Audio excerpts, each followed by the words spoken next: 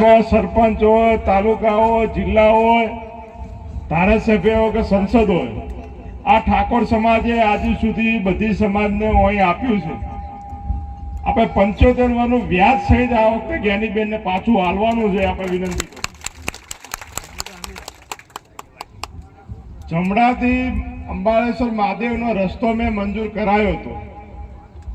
આજ સુધી ક્યારેય નથી બન્યું. માત્ર થરાદની અંદર પહેલી વખત બન્યું. રાજકીય કિન્નાખોરી રાખીને પરબતભાઈ ધારાસભ્ય હતા, મારા દાદા પણ હતા, હું હતો, માવજીભાઈ હતા, પણ ક્યારે કોકને લીટી ટૂંકી કરીને અમારી લીટી મેં લોબી નથી કરી. પણ મહાદેવના ધામમાં જવા માટેનો રસ્તો હતો, માત્ર ગુલાબસિંહે મંજૂર કરાયો છે. એના માટે કઈ રદ કર્યો એનો જવાબ પણ બધા હાથની તારીખે આપજો. બધાને વિનંતી.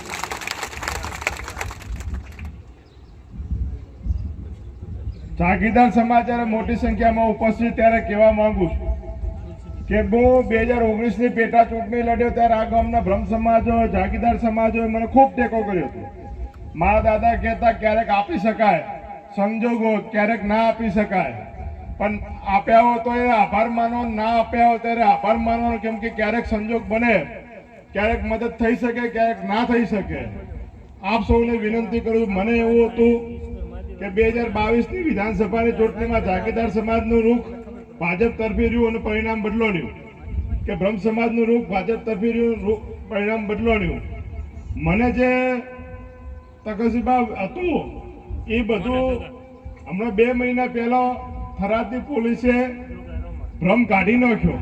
મને એમ હતું કે જાગીરદાર સમાજે રિઝલ્ટ બન્યું ભરતસિંહભાઈ, પણ હમણાં થરાદના પોલીસ વાળા સાબિત કર્યું કે આપને નહીં, અમે રિઝલ્ટ બદલ્યું હતું.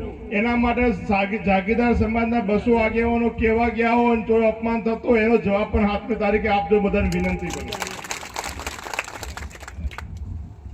પરસોત્તમ રૂપાલા, આમ તો રૂપાલા બધે આખા ગામમાં બધાને ઠેકડી ઉડાડતા, આટલાથી ફરતા. પહેલી વખત બરોબર ના ફસવાણ્યા છે. એનું કારણ છે કે દર વખતે દરેક સમાજની, દરેક આગેવાની, દરેક પક્ષની મસ્કરી કરતા હતા. આજે કરવા ગયા, આજે કે મોઢું બહાર કાઢી નથી કહેતા. કોઈ આ એક સમાજનું અપમાન નથી. નાની મોટી જાગીરો દરેક સમાજની, ક્યાંક બ્રાહ્મણ સમાજની હતી, ક્યાંક ઠાકોર સમાજની હતી, ક્યાંક રાજપૂત સમાજની હતી, ક્યાંક હું તો ગઢવી સમાજની હતી.